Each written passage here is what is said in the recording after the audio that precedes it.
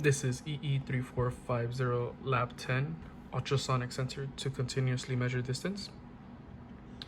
We start in our code by setting up our UART, our initialization. We have the UART baud rate of 38,400 with the value IBRD value of 260 and FBRD value of 27. These will be discussed later on when they were achieved. We come down here and we have to enable the clock for our UART module, which was chosen to be 0. We temporarily disable our UART enabled, step 2. In step 3, we write our IBRD and FBRD values into our UART. Then we come to step 4, which is the line control. Here we chose an 8-bit data, no parity check, 1 stop bit, and 5-fold enabled. We configure the UART clock source, and then finally we re-enable the UART enable the receiving, transmitting, and the system clock divisor, which was chosen to be 8. This is the setup for the timer. Here we enable the clock for the timer module 0,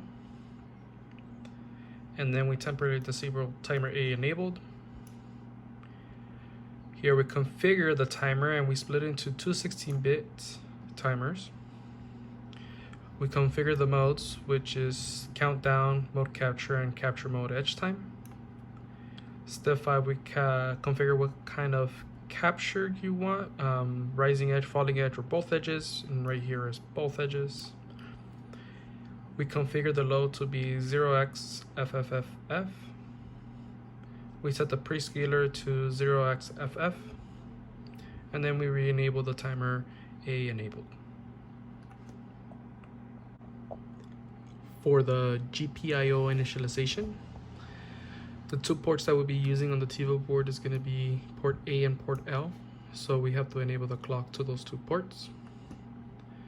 Here we set the port control register value for port A, pin 0 and 1 to 0x1, and port L pin 4 to 0x3. And then we clear, or we set the alternate function select for pins 0 and 1, port A, and port L pin 4.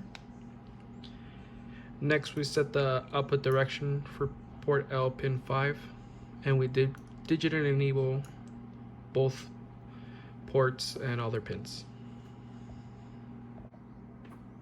So for the experiments in Lab 10, experiment 1 was setting our UART, which was explained before. Experiment 2 is to set up a measure function, and experiment 3 is to continuously measure the distance with the ultrasonic sensor and display the value into our putty or termite window. For experiment 2, couple of 3 variables were declared, and what we're going to be doing is clearing the GPTM timer, the capture event mode, by writing into a 1, and then we're going to wait for it to capture an event, and the event that's going to be capturing is our rising edge. That will be saved into our high edge, and then we're going to repeat the process. We're going to clear it again, and then wait for capturing another event. The event mode that's going to be captured here is our falling edge, and that will be saved into our low edge. Down here, our pulse width will be calculated. We use an if-else statement. If the high edge is bigger than the low edge, then our delta t is high edge minus low edge times 1 divided by the timer frequency, which is 1 over 80 megahertz, which is this value right here, 1.3 times 10 to the 8. And if the other thing happens, which is our high edge is smaller than the low edge, delta t will be calculated like this. It's similar to before, but here we use the value of 0x FFFF 6 times minus our low edge, because we don't want the negatives. Come up here to the main part for experiment 3. First thing, we declare our variables, pulse width, distance, and I. We set up our clock, timer, UART, GPIO, and then we print the message on our terminal window, project for EE3450 ultrasonic sensor. This is a UART pack string command function.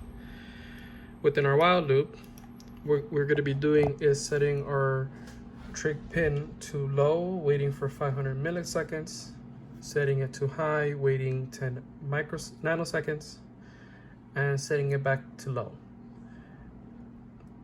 Then we're going to find our pulse width. We're going to call our pulse width, well, find the pulse width by calling the measure t function that was explained before,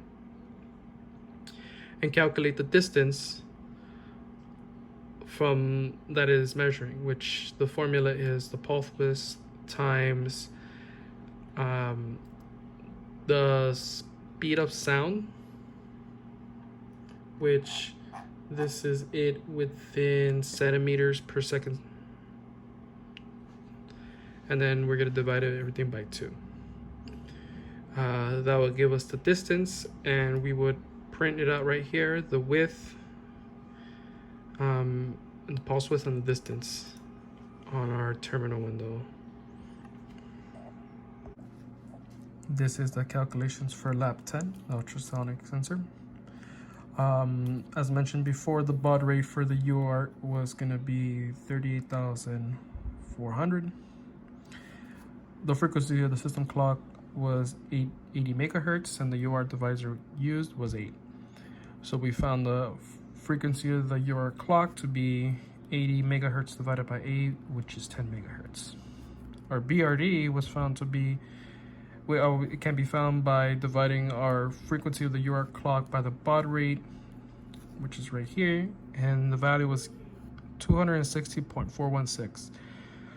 So now we're going to calculate our IBRD and FBRDs, where IBRD for the UART is just the integer of our BRD, which is 260, and FBRD is the fractional part, so it's the integer of the fractional part times 64 plus 0.5. So that's going to be 0.416 times 64 plus 0.5. It's an integer of 27.124, which is 27. Similarly, for the main part of the function, the distance was found to be just the pulse width times the speed of the voice in the air, which is in centimeters per second, times 2. We want it in centimeters per second, divided by 2, sorry. So the speed of voice in air is 340 meters per second. Converted to centimeters per second is 34,000 centimeters per second. So that was how we found the formula for our main function for the distance. This is for Lab10, the ultrasonic sensor. It would just simply keep on getting the distance in centimeters and displaying it in the PuTTY terminal window continuously. Let's start it. Okay. As you can see, it is continuously updating, and let's put our hand at the 10 centimeter mark, roughly. And as you can see, look at the 910. And move my hand closer to the ultrasonic sensor, the distance decreases, and then when I get further, the distance will increase.